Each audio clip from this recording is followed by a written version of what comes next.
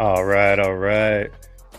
Welcome to the Cherry Heat Check. I'm Ricky Thompson. This is a unofficial Lobo basketball and Lobo sports podcast. It is April 13th when I'm recording here. It is Masters Sunday. It is Palm Sunday. Got a lot of things happening in the sports world. Rory McIlroy will be facing off versus Bryson DeChambeau and others to win the Masters today, but we're here to talk about some big University of New Mexico sports news that has occurred recently. That being uh, the school receiving $11 million to finally do renovations to the football stadium, University Stadium there, which I had just called out on the last podcast of needing major work. I'll also be getting into Lobo basketball news, of course, players leaving, players coming in. Looks like the roster is starting to build up as we patiently await others to be added. Um, during this portal NIL time where things are ever changing, Lobo fans are growing a little impatient, but it sounds like Coach Olin has a plan, and I'll kind of get into that as well. Top thing, though, UNM securing $11 million for football stadium renovations via the capital outlay process. This was reported, I believe, on Friday evening by local stations there in Albuquerque, um, where we'll be seeing $11 million go to the stadium. New Mexico legislature funds these athletic-related capital outlay projects, which includes infrastructure improvements, equipment purchases, and other upgrades. So that is fantastic. Along with stadium upgrades, the tennis courts will also be seeing improvements, training facilities. I'm guessing that's for all athletes, and $145,000 for athletic video board improvement. And that video board at the football stadium is, I think, one of the worst probably in the conference, especially when the sun is shining on it. Hopefully that's where the money goes. I think the video boards in the pit for basketball are pretty much all you can do with not being able to hang a video board from the ceiling there, I believe, due to weight restrictions and how the stadium is constructed. So big news for UNM. I've just been complaining about on this podcast how that stadium needs a facelift. People need a reason to go there. It needs to become a gathering place for the city, not just used for, football games, 6 or whatever, how many weekends a year it's currently used. And I think this money can help spur that. I don't know if $11 million is enough to do everything that's probably needed to that stadium.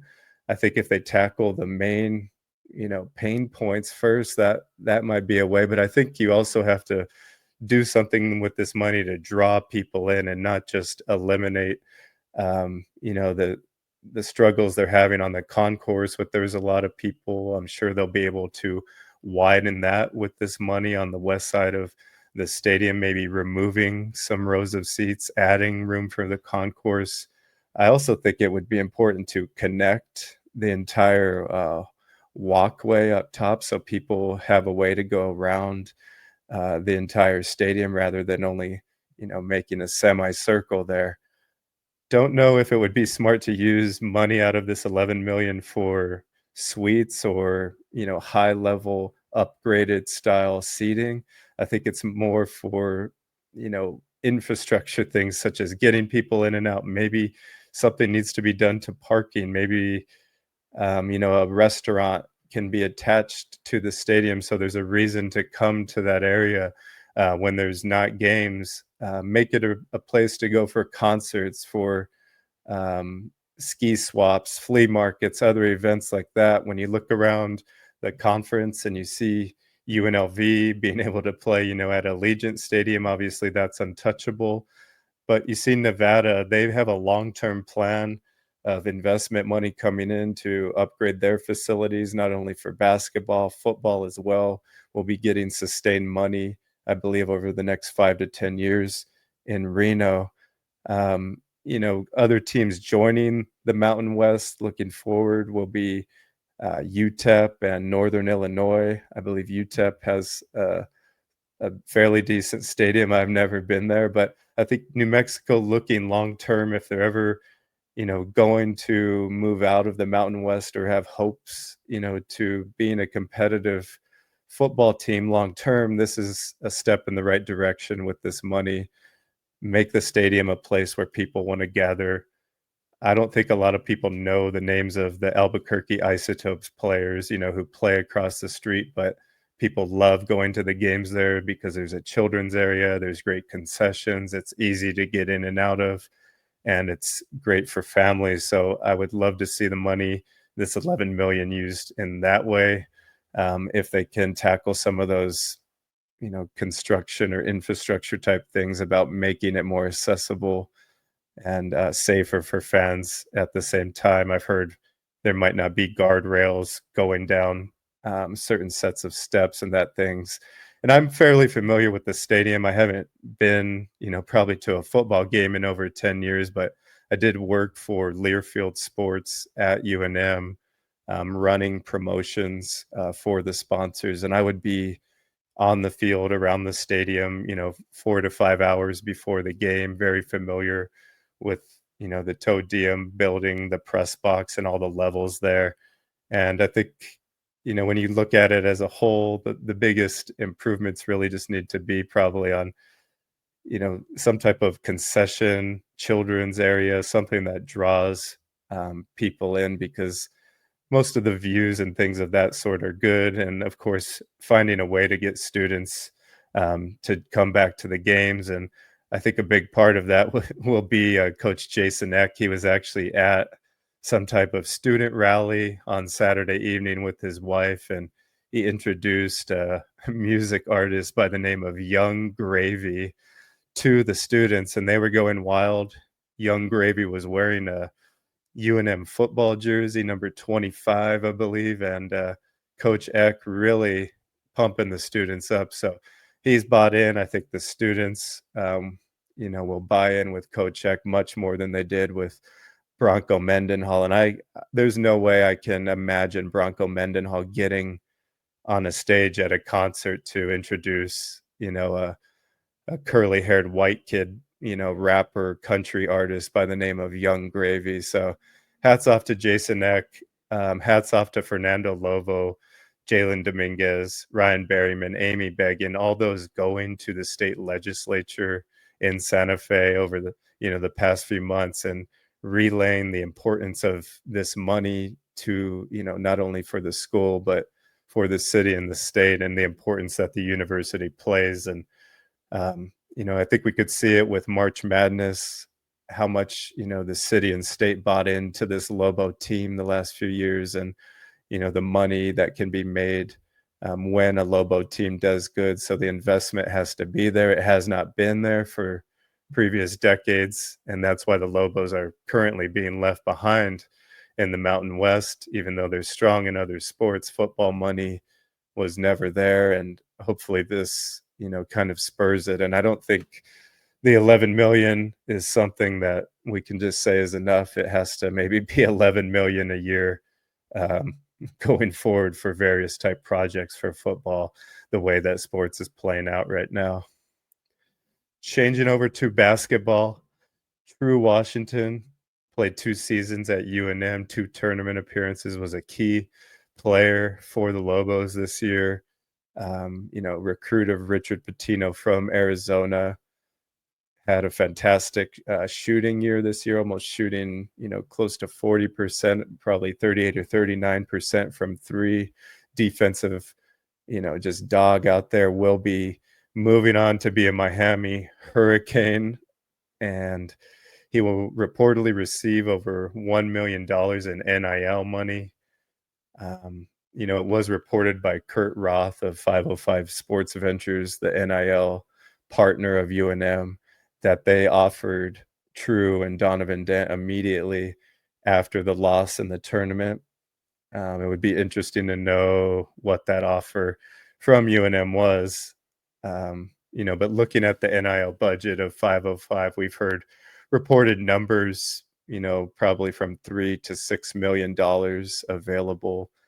Um, that would probably just be my estimate on what I've heard people say on Twitter.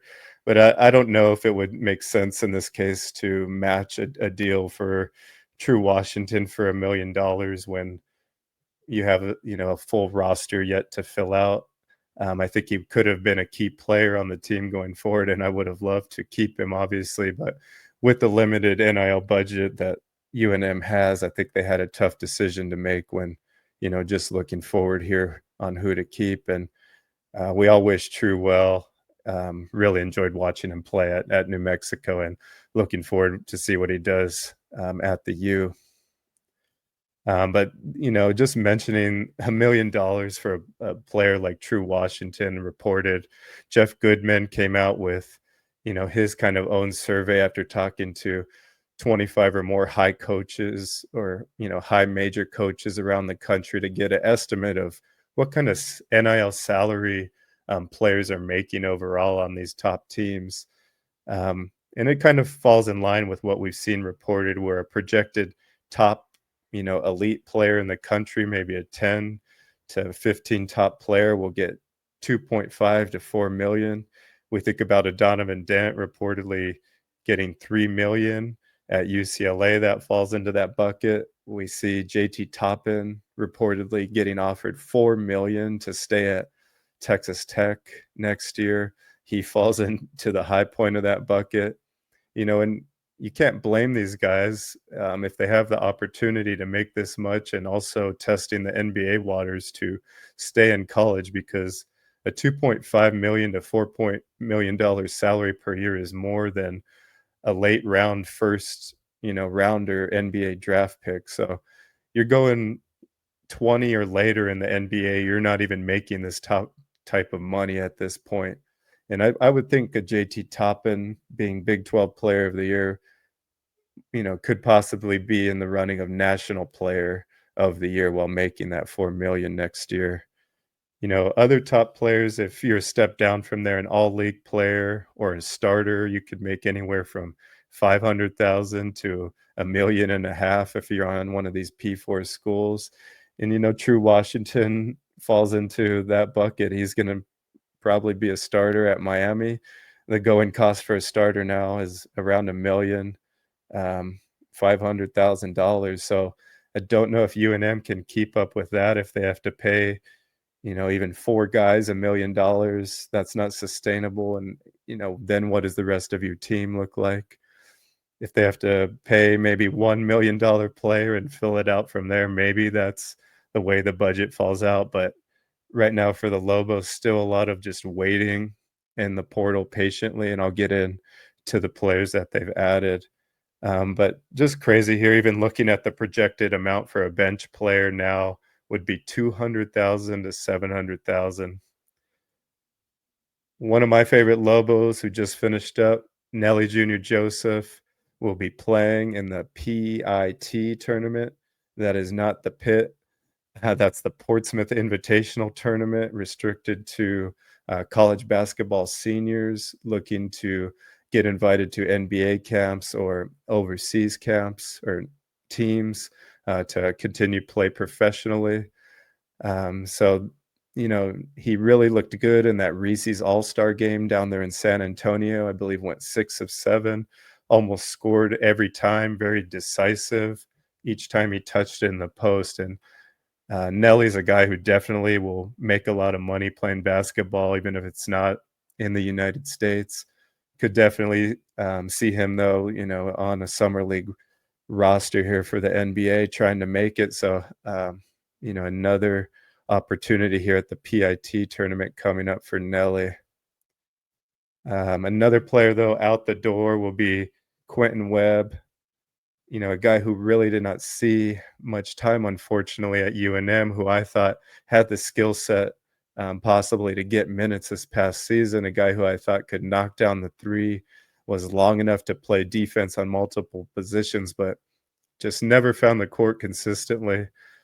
We'll be moving on to Cal State University Northridge in the LA area, where I believe he is from.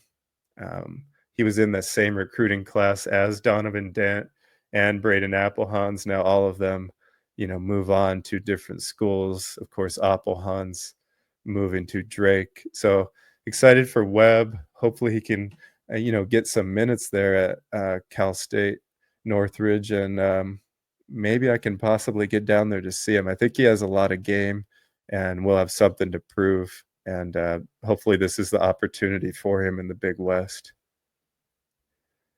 But speaking of the players the Lobos added, most notably, a man that's been on the Lobos' radar since 2021 when Richard Pitino first recruited him and he decided to go elsewhere is Antonio Chol. He will be joining the Lobos and Coach Eric Olin, playing in the pit this next season. Big name schools were after him, including Pitino at Xavier, Providence, Oklahoma State, Kansas, Ole Miss, VCU, Cal, among others. Big time get for the Lobos for a guy that did visit the pit. I believe in against the VCU Rams back in December, when the pit was rocking. I'm sure that had a lot to do with his decision. Also guessing the NIL paycheck probably had a lot to do with that decision. But I think this is a guy that is a big time scorer, shooter, can score on different levels. Was named second team All American at the JUCO level, playing at Garden City Community College, I believe in Kansas. Stands at 6'9", scored 19 and a half points a game, shooting 40% from three, over 7.5 rebounds a game. I believe his free throw percentage is also over 80%. So a 6'8", 6'9" slasher that's able to score from mid-range and three. Lobos have not seen, um, you know, a player built like this in some time. I mean, this guy looks like he was built in a lab, born to play basketball, played at 3 different high schools, though, I believe. Um, Played at a prep school in Minnesota before choosing to go to Rutgers, closer to home, originally from Buffalo, New York. Redshirted at Rutgers his freshman season after having an injury. So his next season was a redshirt freshman season at Rutgers, where he saw minimal time and decided to move on after the season. Originally had committed to Howard University, but somehow ended up at Garden City Community College, where he went absolutely ballistic. And I think obviously he was a guy that just wanted to be able to play and grow his game, and he did just that with hopes to, get back to a big time program.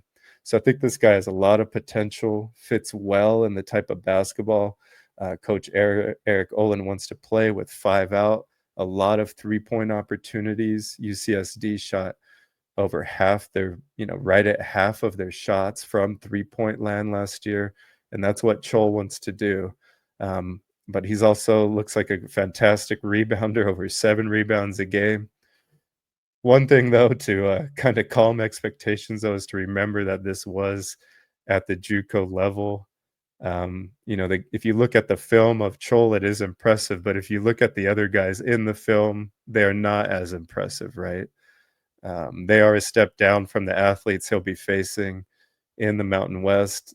There'll be a lot more size inside, a lot bigger guys on the wings, the Miles Birds, the Reese Waters, the Mason Fossilos of the world, matching up on him, and not, some JUCO player that might not play next season. But very excited to see Chol in the cherry and silver, biggest name the Lobos have gotten thus far. Expect him to be a key cog. I don't know if he will be the best player, but I would expect him to be one of the best players on this Lobo team next year.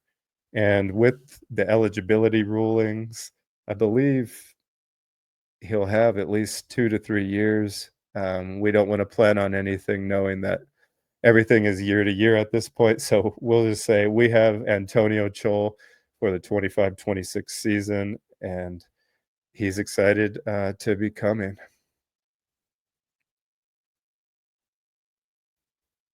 Um, like I mentioned, Patino, initially had reached out to him in 2021, and they had kept in contact, and somehow this new staff was able to keep him around. But joining Coach Olin from San Diego, another player that was on the roster last year for the Trojans, Milos Vicentic. I think that's my best Serbian pronunciation. But he is a 6'7" forward that commits to UNM. He only played 20 minutes last season for UCSD after injuring his foot, I believe a plantar fascia injury that kept him out the remainder of the season. Prior to that, he was a All-American D2 player, averaging 21 and a half points, 5 rebounds, shooting 42% from downtown at McKendree in Illinois. He's, from a basketball family. Brother, Dusan, plays currently in Europe, and his father, I believe, coached in Serbia, and at one point, I believe according to the article by Jeff Grammer in the Albuquerque Journal, his father coached uh, the Joker of the Nuggets, Nikola. I'm blanking on his name. That being Nikola Jokic. Sorry, I forgot his name, and I was staring at him this morning. Anyway, basketball family for Vicentic. I'm looking forward to see what this guy can do. Obviously, can play at the D2 level. 42% from three is no joke, regardless of what um, level you're playing at. 6'7", looks like a guy that will be able to play possibly the four, maybe the three, and we'll go from there. So another player coming from not Division One level, but had great success at the D2 level. Basketball family. I look for him to make an immediate impact on this team. Don't know, what the starting lineup will look like with only 4 committed players at this point in time, but definitely look for him to be a player that makes an impact on this team. Someone that'll help the transition of having a whole new coaching staff for most of the players, being familiar with the staff, with Coach Hal, with Coach Olin, with coach teammate Chris Howell. Um, so it'll just be, I think, important to have a nucleus of guys that are familiar with each other. This adds one in Milos, Chris Howell with the coaching staff. You have a good nucleus of guys retaining from UCSD, and we're looking forward to just see what else can be added. But a little more on Chris Howell. I can't remember if I've spoken about him yet on the podcast. He is a defensive stopper, standing at 6'6", average 5.6 points a game, over 2 steals per game. Really a glue guy for the Trojans last year, able to guard positions 1 through 4. Can start off a possession guarding a point guard at the point of attack on top, get swished off onto a 4, be guarding the 4 in the post, contest that shot, get the rebound, and push it the other way. I don't think he's a guy that's going to be a big time scorer. I could look, for him to be a starter though, and definitely someone that puts it all together for the Lobos and someone the fans will love. Started his career at St. Mary's before coming to San Diego with Coach Olin, now following him to UNM. I think he'll be a big culture guy going forward with this team. Having another teammate with him, Vicentic, is very important. So I think this is just a building block for the team, and defense being a key to Coach Olin's squad in the past. I see this as a big pickup as we move forward here in this recruiting madness.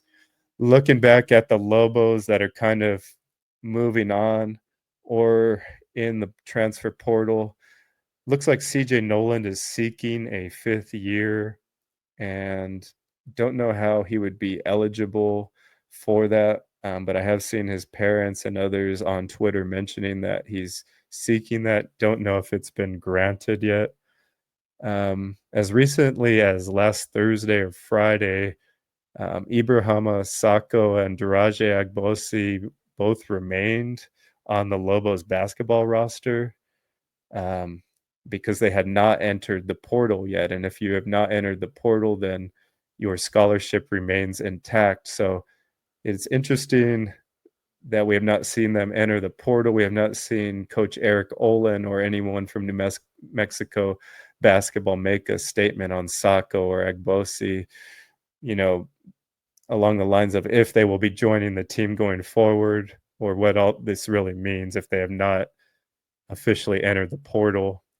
The others, though, that have moved on, Jovan Milicevic, Filip Borovicinen, following Coach Patino to Xavier, probably getting a probably upgrade in salary as well for both of them. Braden Appelhans to Drake, like I mentioned, Donovan Dent, UCLA, Quentin Webb to Cal State Northridge, and True Washington to Miami. Um, Wanted to get a little bit into what Coach Olin and the staff will be looking at going forward with recruiting and how they're looking at the team as they fill it out. I think now that they have, maybe one or two key players, they're starting to understand what the collection skill sets will really mean. As they bring in hopefully a point guard, a post, that will really help them understand how the roster will unfold going forward. Who the key players are will really determine how they recruit the remaining roster and how their schemes will be tailored throughout the year. So, Antonio Chol, I believe, will be a key piece. This roster is still lacking a lot. I know we have a long time to go, but without having a understanding of who the ball distributors will be on this team or who the starting big man will be on this team, it's really hard to think about the style they will play. It's easy to say they'll play the exact same style that was played at UC San Diego, but Coach Olin's having to recruit a different type of athlete and player now, and that might change the style of basketball that he's able to play. And it might be a change for the good. It might be a change that he might struggle with for a while if he has a different type of athlete, a different type of player than he's had the past couple of years. Um, but I think he's smart enough to whoever he will gain eventually here, um, they'll be able to execute in a multiple set of ways, and they'll play defense at a high level, causing turnovers, which will spur that offense. And the process that he spoke about on the Lobo podcast with Robert Portnoy is, each player, he's looking at film with them when recruiting and trying to discuss how their game would fit in to what he wants to do to understand if it will be a match with that player, and if they're in agreement at that point in time in terms of how that player will be used, what their role will be, and how they can fit into the program. I think that's when the NIL portion, the agents, the third parties come into play and start discussing the money part of what now is college sports. And, I think for Coach Olin, that's probably something he doesn't want to have to be the manager of. He did have an NIL manager he mentioned at his previous school, now dealing with a much bigger budget at UNM. The gentlemen at 505 Sports Ventures are fantastic, and I'm sure they're in constant contact. But I hope an NIL manager is on the way for the basketball team, or a basketball manager, whatever they want to call it, to kind of lighten the load of some of the work Olin has to do. And negotiating contracts, I don't think is something he wants to spend too much time on. Um, but if they can agree on an NIL number, that's the point where the student, or the player would take a potential visit. When we're in this short portal area, they may not take a visit. They might just commit on the spot if the money and everything else looks correct. So I think that's just what Coach Olin is really looking at right now, with thousands of players' names, both foreign players, and high school players coming up, finding the balance of both, you know, players you can retain a couple of years, players that can play immediately, and players that understand the role that they're going to be given at the school. Because I think a lot of young men might be coming in with the wrong expectations at schools, and that's why they leave after 1 year because they're not getting, the time that they want. So this is my portal tracker here. The players that have signed with the Lobos so far: Jake Hall will be a freshman out of San Diego. Chris Howell, transfer from UC San Diego. Antonio Chol, big signee out of Garden City Community College and Rutgers. And Milos Vicentich out of UC San Diego, 6'7" forward who looks like he can really play as well. On the Lobos' radar, I would think Uriah Tennant, Isaac Williamson would be two high school players who the Lobos would still be heavily recruiting. Uriah Tennant, super athletic player, stands at small size but can really rise at 5'11". He was being recruited at UCSD. Isaac Williamson, we're all familiar with, a player out of California who Patino had committed to UNM, but then reopened his commitment when Patino left. So would love to see one of those two freshmen or both of them getting the nod. Other UC San Diego players, who I would watch out for.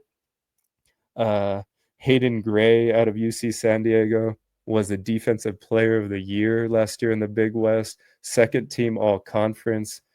A guy that can score also at 11 points a game, 3 assists, three rebounds. Someone that really fit in to Coach Olin's scheme on defense, increasing his defensive numbers drastically from 1 year to the next, and really becoming a amazing defender with some elite shooting capability, 42% from three. Really would like the Lobos to add a Hayden Gray, if this cycle of, keeping UC San Diego players is going to continue, he should be at the top of the list. Other one that I think from UC San Diego that could happen is Norden Kopic. He's a forward that stands at 6'8". Could have pronounced that wrong, but he averaged almost 11 points and 5 rebounds a game last year. Looking at the list here, had to cross off Devin Tillis, someone I was hoping to get from UC Irvine, a forward who ended up going to Virginia, I believe, rumored at getting over $1 million. So that's a player you wonder if the Lobos went after, if they went after Tillis and, couldn't keep up with the money that Virginia and other schools were offering. Other man that I would really like to see if he has not committed elsewhere, point guard Will McClendon from San Jose State. I had seen he was receiving interest from New Mexico, 6'3" guard that scored 12 points, 3 assists a game last year in San Jose, knocked down two big-time three-pointers to help the San Jose State Spartans beat the Lobos last year, where the Lobos lost on that last second shot. Spartans were really in that game because of two huge threes by McClendon, who originally started off at UCLA. Looking at big men that could potentially be available, I have not seen a lot, and that's kind of what I'm nervous about. The Lobos getting is someone that can be a post. There is some foreign players out there. Ones that I'm aware of would be Alexa Vlahic. He's a Serbian forward who had committed to Fordham originally, but then changed his mind. He's 6'10", can handle the ball and slash inside. Would be a big pickup if the Lobos could get him. Don't know if he's on their list, but he is a foreign player who's available. If I'm NIL manager, though, of this Lobo team, really looking at a point guard distributor and a forward, I would, one of those guys being available from inside the conference. Dayton Albury from Utah State put his name in the portal. 6'2" guard from the Aggies that averaged 7.5 points, almost 2 assists, 2.5 rebounds while shooting 43% from three. And in my mind, he didn't really get enough time at Utah State last year. Made some big time shots against the Lobos and others. I believe started at Queens College. If the Lobos could pick up Dayton Albury, that would be a big time pickup in my mind. Point guard that can really shoot, drive, capable of distributing the ball also. Um, so pay that man if he's available. Big man, though, I guess we're looking at still out there. Who do we got? We got a Caleb Harrison of Samford could still be available, and we got a Jarrett Valencia of Monmouth, among others. Um, so we shall see. Long way to go. A lot of signees won't happen till weeks from now. But at this point in time, with only having 4 bodies on the roster, you see the likes of UNLV, Nevada, Boise State, San Diego State signing players from other Division I schools, from reputable programs to come join the Mountain West. Kinda start to get a little nervous for the Lobos in this first season if, they don't start to land some players here soon, and understanding it is a building process and the first year could be a struggle, but with the budget available, I think, they should be bringing in some players, with bigger resumes here shortly, or guys that, can contribute at a very high level that deserve that higher NIL paycheck. So I will be keeping my eyes peeled for all of that as we look forward to some more Lobo signees. I want to just thank everyone that's listened to the show, shared it with others. I really appreciate it. And I will be coming back probably later this week to catch up on new Lobos joining and any other dramatic news going on in Lobo land. Thank you again. This has been the Cherry Heat Check. Check me out on YouTube, Spotify, Apple. Follow me on Twitter at @rthompson, and shoot me any questions, ideas, things that would improve. This is a work in progress here. Sponsored by me, run by me, edited by me, and I will be bringing some others on into the fold here as well. But I want to just thank everyone that's listened. Please follow and like if you've enjoyed, and I will